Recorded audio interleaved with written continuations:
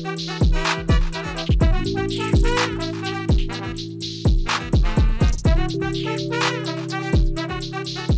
guys, thanks so much for tuning in today to Free Thinking with Montel. Hope you've been having a great time and making sure you've been staying safe. And I hope more and more of you are going out and telling others to go out and get the vaccine. All of a sudden, it seems like we have just kind of slowed down in understanding that without all of us participating, none of us are really going to be safe. And so, let's try to figure out a way.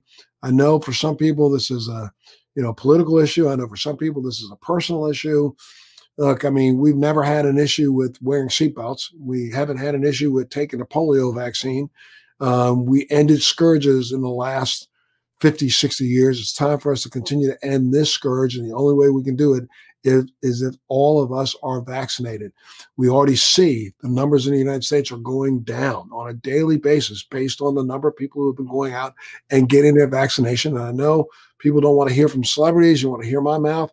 Well, listen to your friends. If you listen to your parents, listen to your wife, your husband, your best friend, listen to them. And they're going to tell you that as much as you think it's about you, it's about all of us. It took all of us to get here. It's going to take all of us to get us out of here. So please, please, please skip over all the silliness. Let's forget the arguments about whether or not it's valid. It's not. It's an opportunity to put, implants and robots inside of people. Stop with the silly. Please, let's just focus on making sure that within the next 2 to 3 months, we can all get back to a normal life. And we can do so if more of us get vaccinated. So keep that in mind. But look, thanks so much for tuning in to Free Thinking Today with Montel. And our guest today is a 6-time author, including Amazon top seller, Dead Soldier, Story of the Living.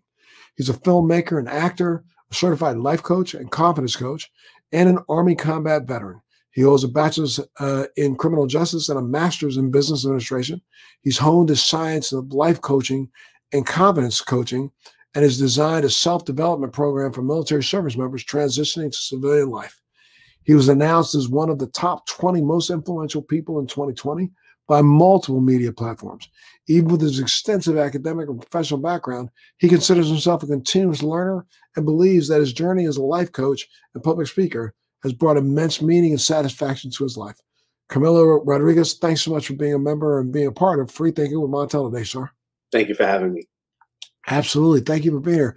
Let's talk a little bit about your book, which I think, it's got such a surprising title, Dead Soldier, Story of the Living, but it's the story of you. Yeah. And I'm blown away because I'm trying to tease this with people who are watching. But first off, let's back up. How long did you serve in the military? I spent about 5 years in service. 5 years. Were you deployed? Yes. Tell me a little bit about your deployments. Where'd you go? I went to Iraq. I was a combat soldier. From there, about 10 months in, they said, "Hey, you're going." So I spent about 18 months overseas in total. And then after that, I volunteered for second deployment to Afghanistan. Wasn't fully successful. I got injured and they sent me home. What's your injury? How'd you get injured? I didn't see anything about that. I ingested a bunch of chemicals from an explosion, and it burned small holes in my lungs. So, wow. Yeah. Wow. So you were deep in it while you were there, both places. Oh yeah. Oh yeah. I mean, as you look back on that, I know you draw upon those life experiences as part of what you use to help motivate people. But how you yourself deal with some of the memories and some of the toughness. I mean, I don't think anybody leaves theater without, a taste of PTSD themselves. And I'm sure that there are times when, those memories, creep up in the dark while you're trying to rest. How do you cope with that yourself? Initially, when I first got out, it was difficult. I went through my fair share of nightmares, and just like every other combat soldier, you go through your fair share of family issues. But I ended up finding friendship within a veteran community.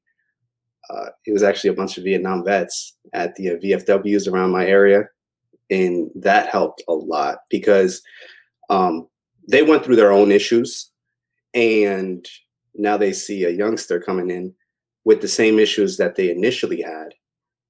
So, to pass all of those learning lessons over, it was a blessing for me. And so you feel like you're dealing with it fairly well right now, sharing Absolutely. what you can with as many vets as you can. Absolutely. Sure. So now, so you got out. Let's talk a little bit about that transition for you, getting out of the service and going back into civilian life. Okay. So, as soon as I got out, I got accepted into Penn State University on a scholarship, which was, I thought initially it was awesome. But once I realized um, being in the dorms wasn't for me, because I went from a leadership position while in the service to now I'm just a student. So it was hard to swallow. And I decided that it was best if I transferred universities to go to somewhere that was more veteran friendly, that had more veterans involved. And, that worked out very, very well. Where did you end up transferring to? Berkeley. Ah, okay. Yes. Yes. And I'm sure that the veteran community there, deeply entrenched, that was a good support mechanism for you, right? Very, very welcoming. And it was great. It was like I had my own veteran community all over again. And what did you study first? I studied criminal justice. So what was it? I mean, what was the plan? What was the plan behind that? I had no idea. It was closest to anything that I did in the military. So that was the only thing that I had going on at the time. And then I bounced around for a little while to try to figure out if criminal justice was even for me. I got into religious studies just to see if that was interesting enough, and I went back to criminal justice, and whatever I did, I ended up going back to criminal justice. So I felt that, that was it for me. Calling. Did you look for employment in the ranks of criminal justice? Yeah, I actually, I was a private contractor for a while. And then from there, I was employed by a federal prison system. And how did that work out for you? That must have been tough, right? um, there was a lot of back and forth. You had your days that it was really, really hard, and then other days, you had a full team that had your back. And those were blessings. And you have to take it day by day, just like any other job. Okay, and then you went from there and then decided to go back to school to get your MBA. Yes.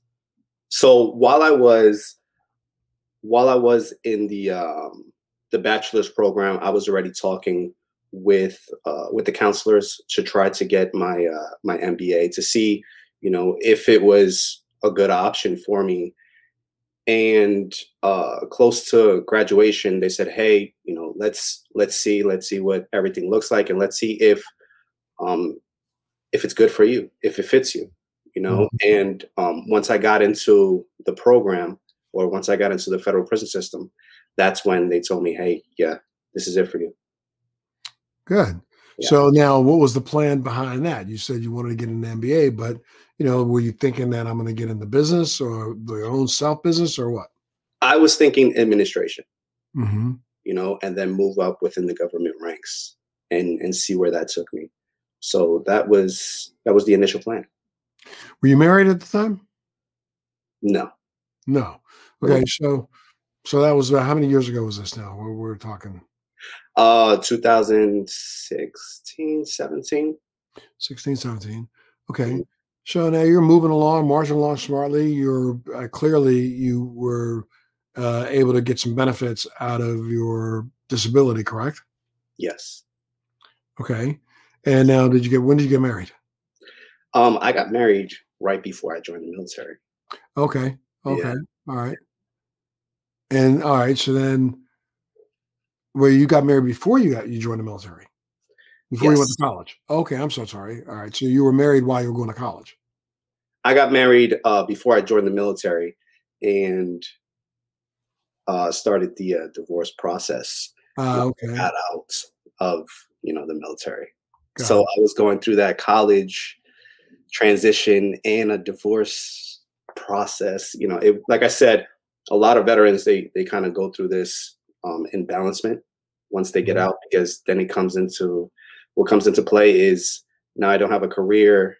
Now I'm trying to find my footing again, and what's best for me at the time. So it was a lot. Gotcha. Okay. So you're transitioning now. When did you so let's see, when was it that you received your wife received the letter or you received the letter? Initially it was my ex-wife. Your ex-wife. Yes. And what happened? Tell me about this. All right. So around that time frame, we were going through a riot in the federal prison system. So it was a complete lockdown. And while that's happening, you put all of your electronics into lockers, and you don't get them until afterwards. So I got back from the lockdown, opened up my locker, and I received like 100 phone calls, like 100 text messages, and it was just insane. It was absolutely insane. Mhm. And I start listening to the voicemails, and they were all saying the same thing. Oh my God, I can't believe this is true. I can't believe this is happening. Please tell me this is not true. And I'm just like, what the heck is going on? So I start calling. Wait, what year is this? This was 2000, end of 2016. 16, okay. Go Yeah. ahead. And I'm like, what the heck is going on? And then I start calling my family. I'm like, hey, what's going on? And they're like, oh my God, you're okay. We your ex-wife, she received notification that you passed away. And I'm like, what? And I'm like, me and her, we were going through our time. So I was like, she's just acting out, whatever it was, and person by person, they were all saying about the same thing. And so I got home, grabbed the mail, go run upstairs, and I'm surfing through my mail, and then I received a letter from the VA myself. And I open it up, and it says, to the estate of Carmelo Rodriguez. Wait. The letter was sent to Carmelo Rodriguez saying to the estate of Carmelo Rodriguez. That's insane. Yes. So I'm reading the letter. And it's saying, sorry for the death. We sympathize, so on and so forth. So I thought Wait, you're saying sorry for the death of me? Yeah. So I'm reading this letter, and I'm like, this is hilarious. I mean, because so many vets, they go through their fair share of tribulations with, through the administration for a while. There was a lot of back and forth. So I laughed it off. I thought it was funny, and I kind of brushed it off. And, the next day, what I did was I took a video and I sent it to a girlfriend of mine at the time. And I was like, hey, you check this out. And she was in the military, and she was like, you better get on that right now. And I'm like, wow, whatever. I was like, I'll do it tomorrow. And she's like, you better get on that right now. I'm like, all right. So I waited till the next day. Gotcha. And so I ended up going downstairs, surfed through the mail again, and I received a survival benefits check to the estate of. Yes. And then I'm like, okay, this is a problem. So I called the administration, and I'm like, hey, I've been receiving notifications about my death. What is going on? And the lady on the phone immediately was like, we're gonna have to call you back. Yeah. And I'm like, wait, I've just been on hold for like an hour, and now you're gonna tell me that you're gonna have to call me back? And she was like, I'm sorry, I've never done this. I've never had a phone call like this. We're gonna have to call you back. So I'm like, okay, whatever. So I didn't receive a phone call, and I went through my day or whatever. It took a couple of days, and then I received a call. And I think it was like an attorney at the time reached out to me and was like, hey, this is what you have to do. And I'm like, okay, no problem. An attorney from the VA? Yes. They reached out and they said, hey, go to the regional office in Manhattan and we'll square you away. It'll be good in like 2 weeks. Everything will be cleared up in like 2 weeks. And I'm like, oh, easy enough. So as I'm running out the door, I grabbed the mail and I surfed through it, and I received 2 more letters. One was a funeral benefits check, And another one was they're gonna cut off all of my benefits. And then I start freaking out and I'm like, oh my God, now I have to go. So I called the girlfriend and I'm like, hey, this is a situation. And she was like, I told you to call when, and I'm like, I think that this was already in play. This was already in the process of happening. So I head down to the office. I head down to the regional office and I'm like, hey, this is what I have going on. And the clerk was like, we need to see identification. I'm like, okay. So I give him my ID and he looks at me and he's like, I need to see more. And I'm just like pulling everything out of my wallet. I think I gave him like 5 forms of identification. And then he was like, okay, I'm going to take all of this to my supervisor. And then the supervisor comes and is like, so this is really you, huh? Like, I'm standing right here in front of you, man. So I had to write a testimony. I wrote the testimony and I gave it to them. And he was like, okay. Testimony in form of like an affidavit. Yes. So I gave them everything. And then they started making copies. And I was like, no. I want my original documents. And they looked at me and they were like, okay. So they gave me all of my information, all of my original documents. And at the time, I was videoing the process out of humor because I'm like, I can't believe the VA is actually doing this. So my buddies, I became like a pun. They were like, oh, you're like a dead man. You could like do whatever you want. And, it's just vets, and they're like, you could do whatever you want. And I'm like, whatever, cut it out. So 2 weeks later, I receive another letter. This was from the Department of Education. Sorry, sympathizing for my death. And I'm like, oh my God, how is this?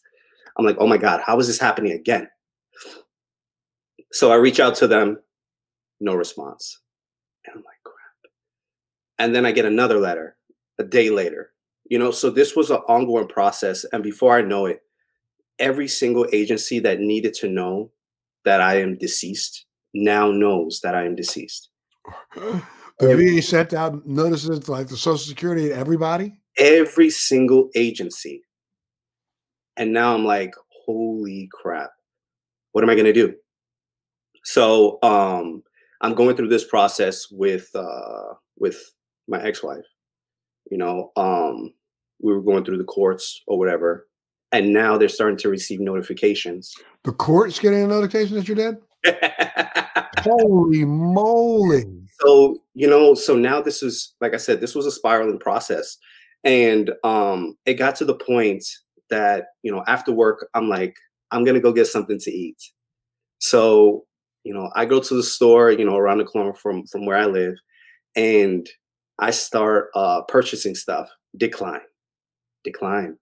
And I'm like, I just got paid today. And my buddy's like, you ain't got no money, buddy. And I'm like, all right, use my credit card. Decline. And I'm like, this can't be happening. It's a Friday. It's already in the evening. You already know that the banks are closed. And I'm like, oh my God. So now I'm reaching out to customer service and I'm like, hey, this is what's going on. Same thing. You're going to have to come down to our office to figure out what's going on because we're getting fraud alerts on your end. So, yeah. So then I started reaching out to attorneys because now this is really becoming an issue.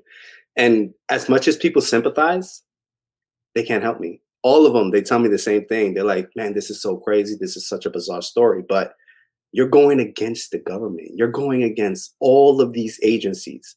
How are you going to win this? How are you going to win this?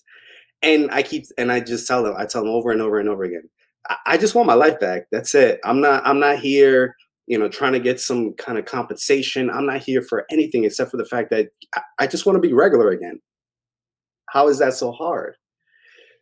So then from there, as you know, I was in my MBA program and they cut off all of my benefits. Yes. So my mentor at the time said, hey, have you talked to to the media? I'm like, no, why would I? And they're like, this is really big. You should talk to the media. I'm like, no, I don't want to get the media involved. I don't, you know. So we got the media involved because they were gonna cut me out of my program, and I was already a year in, and to be cut off out of an MBA program, come on, that's something that I wanted so badly. So it ended up becoming national news. So now I started receiving a bunch of notifications. People were sympathizing, so on and so forth, but still nobody could help me. And this was I mean, you couldn't go back to the original VA office that issued the death your death statement. Nothing. I mean, like, did you find out at this point in time? Did you know where this originated from? Nothing. Nope, nobody would give me information. Nobody was giving me any information. And I mean, like, you would think that the Social Security office would be the place to go. Yes? Right. No. They were like, we don't know what to do, and we don't have a timeline. What do you mean? And I'm like, so what am I supposed to do now? I don't know. These are the answers that they were giving me. Can I speak to your manager? They're on break. Okay, I'll wait. You're going to wait for a while. These were literally the answers I was given, and then I ended up getting in contact with an attorney that would give me bits and pieces of information. And his was based on, just being law enforcement, because, I was law enforcement. And he stated, what would an officer do if they pulled you over and you're holding law enforcement credentials, but you're deceased? What would they do? And I'm like, and then he's like, you're impersonating a law enforcement officer that is now deceased. You're going to the same penitentiary that you work at. You're going to be locked up. I'm like, wait. This is too much to swallow right now. And he said, well, you need to fix this right now. So I talked to my job. I said, hey, this is what's going on. And they said, all right, we're pulling you out of this situation, and they put me in another position until everything was cleared up, which was rough because I'm over here, I'm progressing in my career, I'm moving fast, and now I'm getting stops everywhere, and, I give thanks to this individual every single interview that I have. But, throughout my process, I reached out to, I don't know, 50 or 100 attorneys. And this person, this man, he called me. And at this point, I was desperate. I was really, really desperate that I was like, any bit of advice. I was doing research. I was everything, nothing. And this person called me and he said, I'm not going to give you my name. I'm not going to give you who I work for. I'm not going to give you any information. I'm just going to tell you this. If this was to happen as a law enforcement officer, how would you handle this? And he broke it down in law enforcement terminology. And I'm like, well, that means this, and this means that. And then he goes, okay, so how would you handle it? And I'm like, okay, so I would file paperwork in order to make this happen.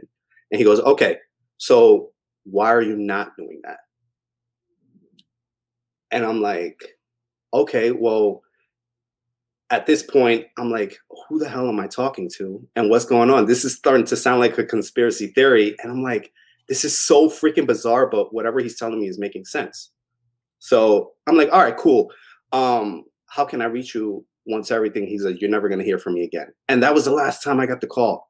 That was the last. And I star 69. I tried every way possible to try to get his number back. Nothing.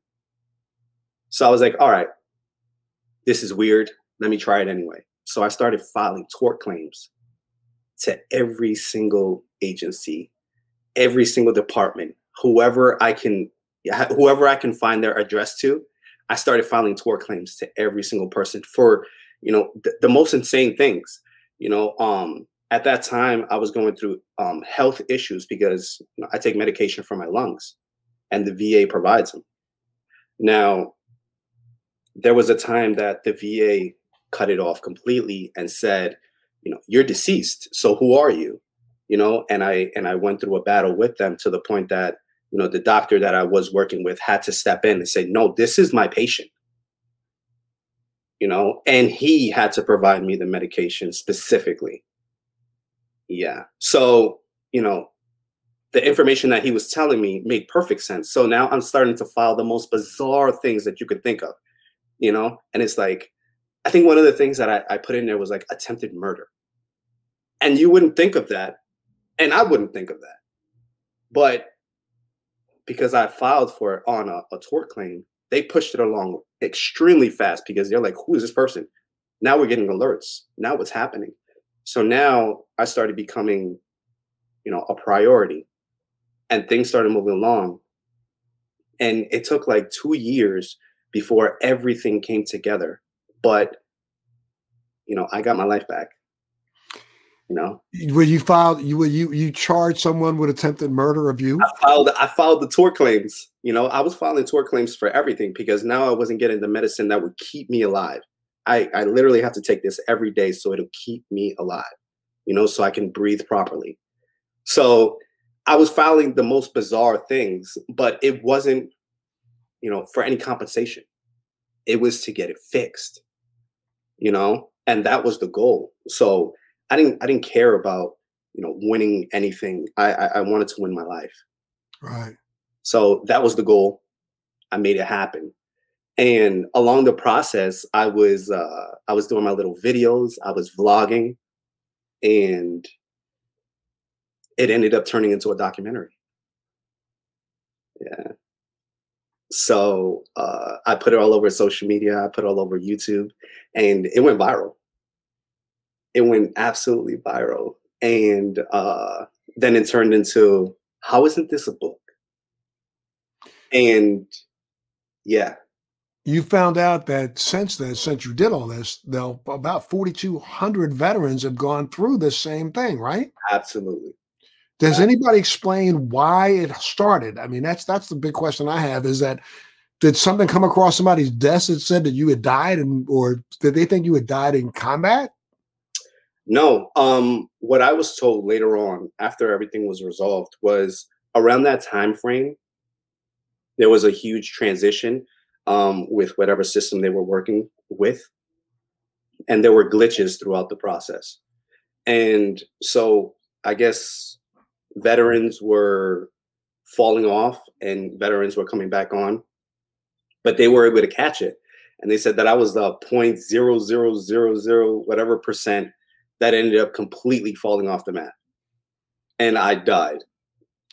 But boy, you weren't the 0.000, because there's 4,200 of you that fell off the map, right? Yeah. And do you know if there was ever any disciplinary action taken against whoever caused this glitch? No idea.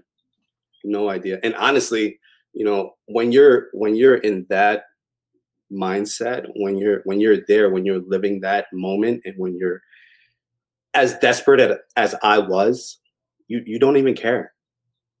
You don't. I mean, like, everything that you have worked for, everything that you bust your butt for, is now being stripped away from you because of what? Somebody's mistake. And like I said, I just wanted my life back. I didn't even care. I didn't care about anything that came after that, except for the fact that, I wanted to be alive. I wanted to continue my journey, my path in life. And that was just it. Well, yeah, the book is called Dead Soldier, Yeah. His Story of the Living. It's out right now. People can get a copy of it on Amazon, I'm sure. Yes. Yes. So right now I'm a top seller on Amazon, and I contracted with Barnes and Nobles, but for some reason, like, it keeps getting sold out. So that's a good thing, right? That's a good thing. Yeah. Absolutely. No, that's a really good thing. And I mean, the more and more I'm sure you tell a story, has it helped? I'm sure you have other veterans that have reached out to you and said, look, I'm in the same boat. How do I get out of this? Yes. Believe it or not, it's not so much of the same story or the same boat, but a lot of veterans are going through significant struggles of their own. And the story, I go into real detail. I mean, we're having the interview, but I go into real detail in my book on how I actually struggled, and I go through my PTSD process. I go through, when I was at my lowest points, I was having nightmares every single night, to the point that, sleeping was not an option. Eating was not an option. It was like, I need to figure out how to fix this. And I became obsessed, So I went through like a real life struggle that most individuals or most veterans would just tap out. That's where that whole idea of 22, soldiers or veterans and committing suicide. I could have been a statistic because I was that low in my life. I lost everything. The only person at the time that was keeping me at bay was my son. And I was about to lose my son. My back was literally against the wall. I mean, look, I gotta back up a little bit in your story. So when you got the notice, now Yes. you were getting VA benefits and you were also employed. Yep. So you didn't lose your paycheck initially. But so the first 3 or 4 months, at least you have money to live off of. But I'm sure you were trying to get time off from work to be able to go and try to take care of some of this. Mm. And that had to be extremely difficult. And then, I mean, what was the first thing that clicked that said, okay, you're not dead? What was the first, who was the first officer that said, oh, got it, you're not really dead? Yes. It was actually, it was the VA. Well, why didn't they fix it for you then if they knew you weren't dead? Exactly. And this is an ongoing issue that most veterans have. And I guess this is an issue within their own network, is nothing is connected.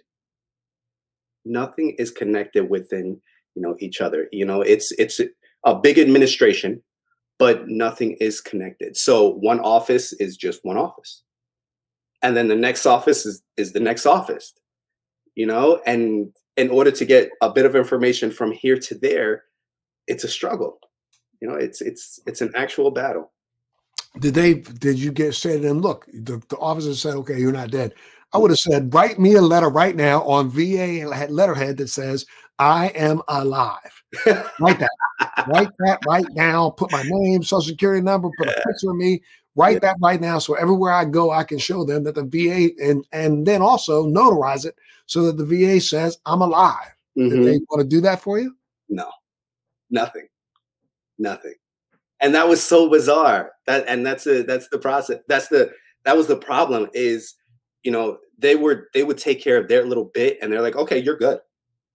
And that's it. And I'm like, wait, but I still have all of this. And we took care of our part.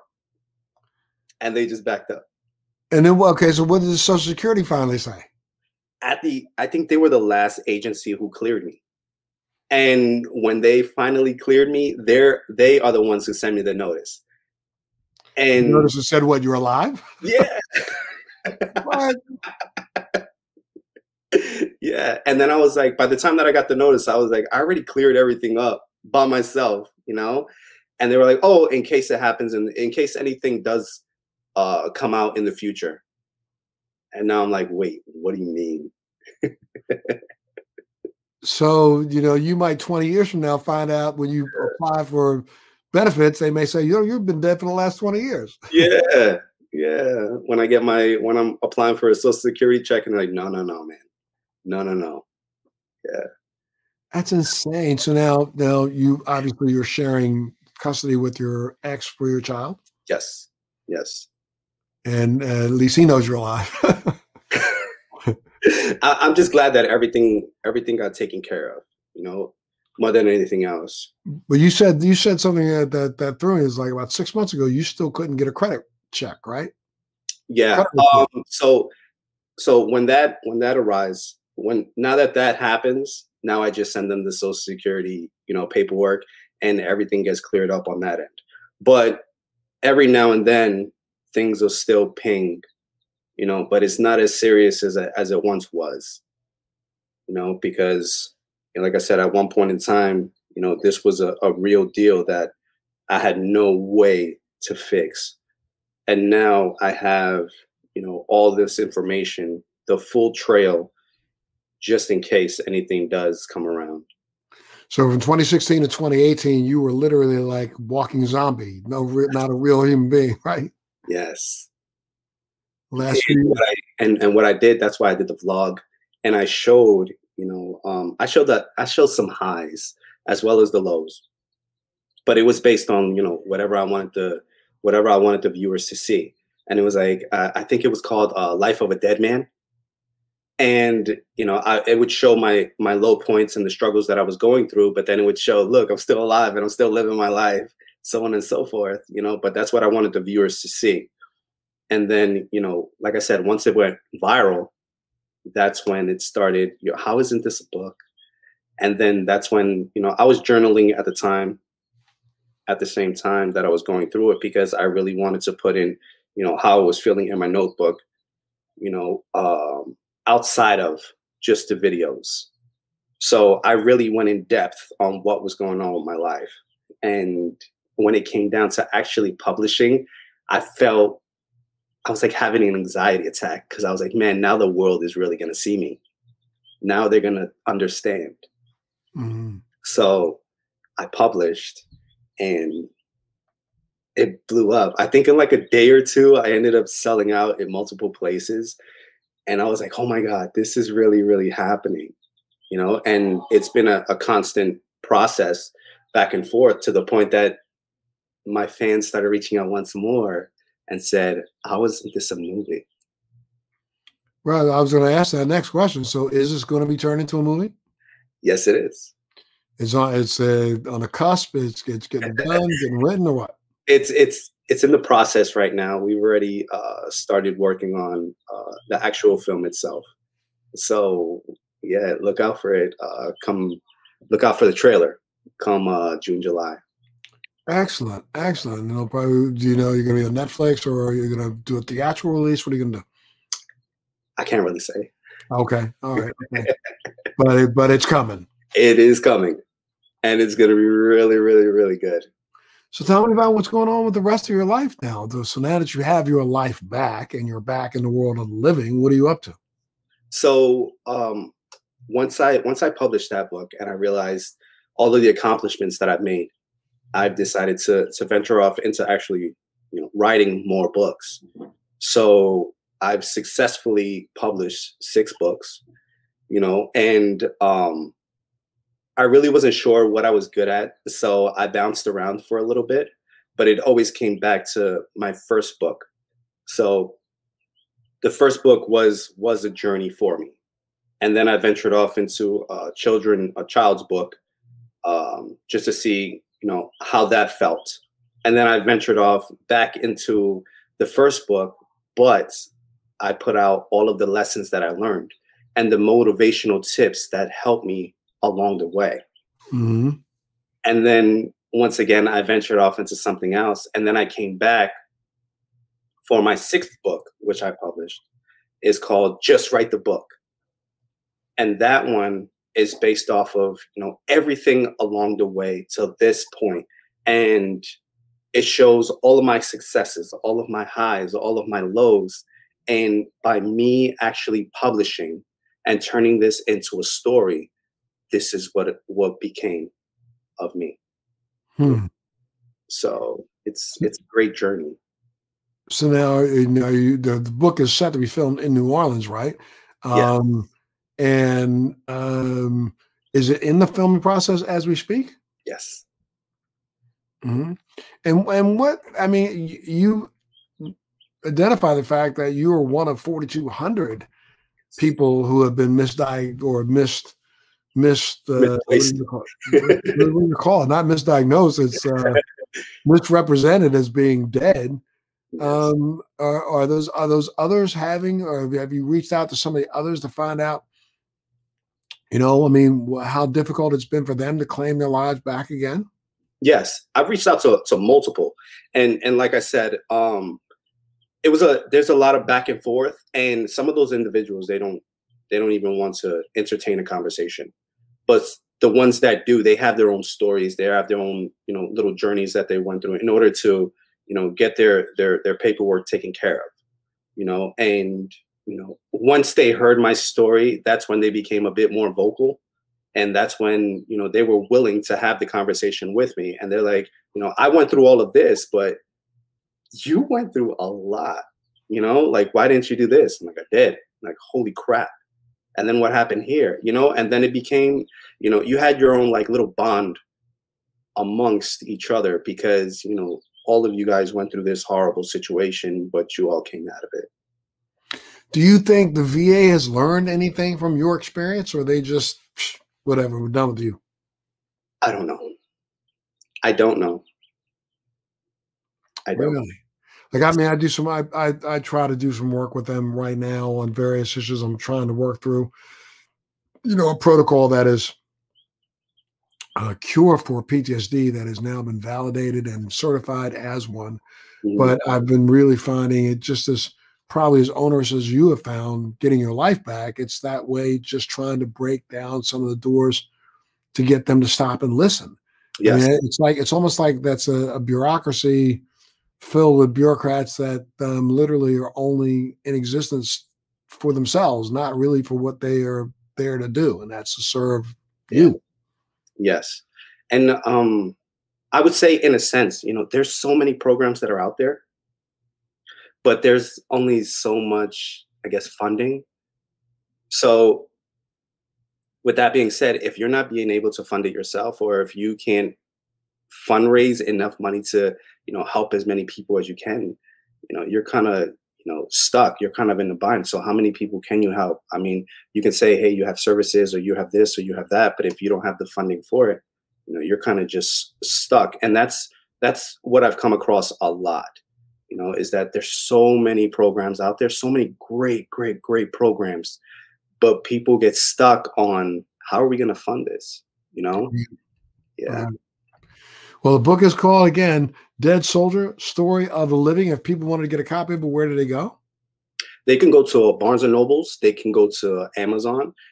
Actually, you can just Google me at this point because I'm on multiple platforms. Gotcha. Okay. And are you still currently doing a podcast or a blog? I'm still blogging. I'm still working with veterans in multiple programs. Even if it's on a one-on-one basis, I do whatever I can, wherever I can, at this point. So, are you still involved in the penal system? Yes. Yes.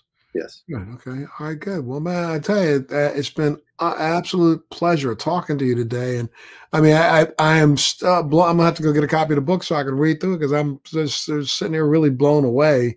Yeah. Of how hard this was for you to get your life back. Yeah. I mean, initially I was frequently told, hey, this is a conspiracy theory. This is just some dude trying to get attention. But once I started, putting documents out there, and once I put the documents into the book, that's when people were like, holy crap, this is real, and how is this really happening? So. Wow. Yeah. Well, I hope the light that you've shined on it helps others who have been caught up in the same position to get their lives back. Also, Carmelo, I thank you so much for being a part of Free Thinking today, sir. We wish you well, wish you luck. I know that you're on the path to success because you've now found your true calling, and that is as a writer. Yes. So congratulations on that. And, anything we can do anytime, if you ever want to come back when the movie's ready to come out, I'd love to have you back on so we can kind of talk a little bit more about it. Okay. Absolutely. Absolutely. All right. If there was one piece of advice that you would give people who are caught up in what seems to be an insurmountable, situation, what would it be? Speak up. Get the help that you need. I tell a lot of veterans, and this is something that I preach because I know that it works. Is PTSD is real, and I understand that. I understand real trials, real tribulations, but you do not only have a veteran community that can help you. You have people that actually have gone through trials and tribulations themselves in life that can relate. So, I was just saying, do you think that one person that called you and got on the phone and gave you that advice to begin with, do you think that was a veteran? I don't know, but blessings. Huh? Blessings. Blessings. I have no idea, but it was blessings nonetheless. Have they reached out to you since now that this is all been cleared up? No. No, it's so weird, and I do the thanks every time I get on any kind of interview, any kind of podcast, and still nothing. All right, my friend. Well, we'll shout out to that anonymous helper and let them know that they help you get your life back. And again, the book is called Dead Soldier. Dead Soldier, Story of the Living. Story of the Living. You can go ahead and get a copy of it right now on Amazon, or you can go to Barnes & Noble, and Barnes & Noble, hopefully near you, will have one, but it's a hot property, so it may have been sold out already, but go ahead and keep trying. You gotta, yeah. You're going to have to go online. That's the easiest way right now. Easiest way there. Okay. All right, Carmelo. Well, thank you again so much. Thanks for being a part of Free Thinking with Montel. Thank you all for tuning in today, and make sure you catch the next Free Thinking with Montel. Thanks for joining me on Free Thinking with Montel. Please make sure you're subscribed and hit the bell to be notified when new episodes post each week. We'd love to hear your feedback, so please send us your comments.